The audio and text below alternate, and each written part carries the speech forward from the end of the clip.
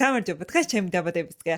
არა აღნიშნა ოღონდ ჩვეულებრივ დღესავით ვატარებ. არც ტორტი გამომიწვია, უბრალოდ მომიდა რომ შოკოლადის ძალიან მარტივი დესერტი, შოკოლადის ლავა გავაკეთე, რომლის რეცეპტით აგერ ძველ ბლოკნოტში მიწერია და თქვენც გაგიზიარებთ. ამას ფოტოს გადავუღებ და ვიდეოს ბოლოში დავურთავ, კომენტარშიც დავდე. შეინახეთ და სცადეთ, ძალიან მარტივი და გემრიელია. დაბადების დღის განწყობა ალბათ იმიტომ არ მაქვს, რომ ყველა ჩემი მეგობრისგან ესე შორს ვარ და სტუმრად ვერავინ მოვა. ხოლო ოჯახის წევრები მიკეთებენ ხოლმე საჩუქრებს, თანხებს მირისხავენ, რომ მე თვითონ გამოვიწერო, რაც მომწონს. დღესაც შემოდგომა მოსაცმელები გამოვიწერე და მთელი თანხა დავხარჯე დათოსგან განსხვავებით, რომელმაც თავის დაბადების დღეზე შემოსული თანხით ანაბარი გახსნა. სილკბანკის ანაბრებს როცა ვსაუბრობდი, რამდენიმე თქვენგანი დაიბენით, გეგონათ რომ ყველა ტიპის ანაბარს გულისხმობთ. ჩვენ გავაკეთეთ მოთხოვნამდე ანაბარი, საიდანაც თანხა მაშინ გამოგაქვს, როცა გინდა. სილკბანკის სარგებელია თვეში 9% და ამ სარგებელზე მაღალი პროცენტი სხვა არც ერთ ქართულ ბანკს არ აქვს მოთხოვნამდე ანაბარზე. ანაბარ სილკბანკის აპლიკაციიდან გახსნით, ხოლო თუ აპლიკაცია ახლა უნდა გადმოწეროთ, გადმოწერისას აუცილებლად შეიყვანეთ ჩემი პრომოკოდი,